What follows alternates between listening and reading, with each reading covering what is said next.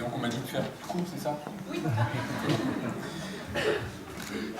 Il y a 45 ans, en 1969, une idée forte naissait dans le territoire. C'était la fertilisation croisée entre les chercheurs, les enseignants et les industriels. Monsieur le sénateur Pierre Lafitte, qui était à l'origine de cette formidable initiative, a œuvré à ce que Sophia Antipolis devienne une référence mondiale en matière d'innovation. Plus de 1300 entreprises, 30 000 employés, Sophia Antipolis est devenue en quelques années la première technopole européenne. On pourrait s'en féliciter. Malgré tout, on s'aperçoit qu'avec les années, Sophia Antipolis a perdu de son envergure et de son aura. C'est un peu logique, il y a de la concurrence. Nous évoluons dans un monde concurrentiel qui nous impose de nouvelles règles. Et effectivement, on peut trouver une attractivité intéressante ailleurs, dans d'autres pays, ce qui est le cas de beaucoup de sociétés qui s'installent ailleurs, dans d'autres régions et aussi dans notre propre département, puisqu'il y a des endroits comme la plaine du Var qui peuvent être très attractifs pour des entreprises. Je pense et nous pensons avec l'équipe ici présente qu'une nouvelle impulsion est nécessaire, maintenant, pour redonner un redéploiement à notre économie locale et à notre technopole.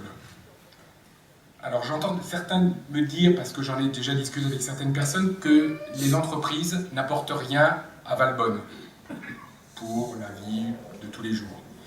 Je dirais surtout que Valbonne n'apporte rien aux entreprises. Pour ma part, je suis persuadé qu'un nouvel intérêt pour Sophia est possible. Il faut seulement le vouloir.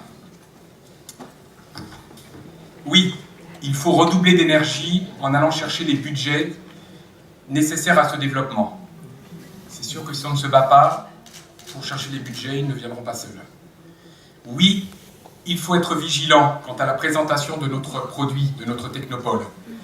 Être vigilant à l'entretien de la voirie et de certains parkings qui laissent parfois à désirer. Être vigilant à la signalisation qui manque d'homogénéité et de clarté pour les visiteurs.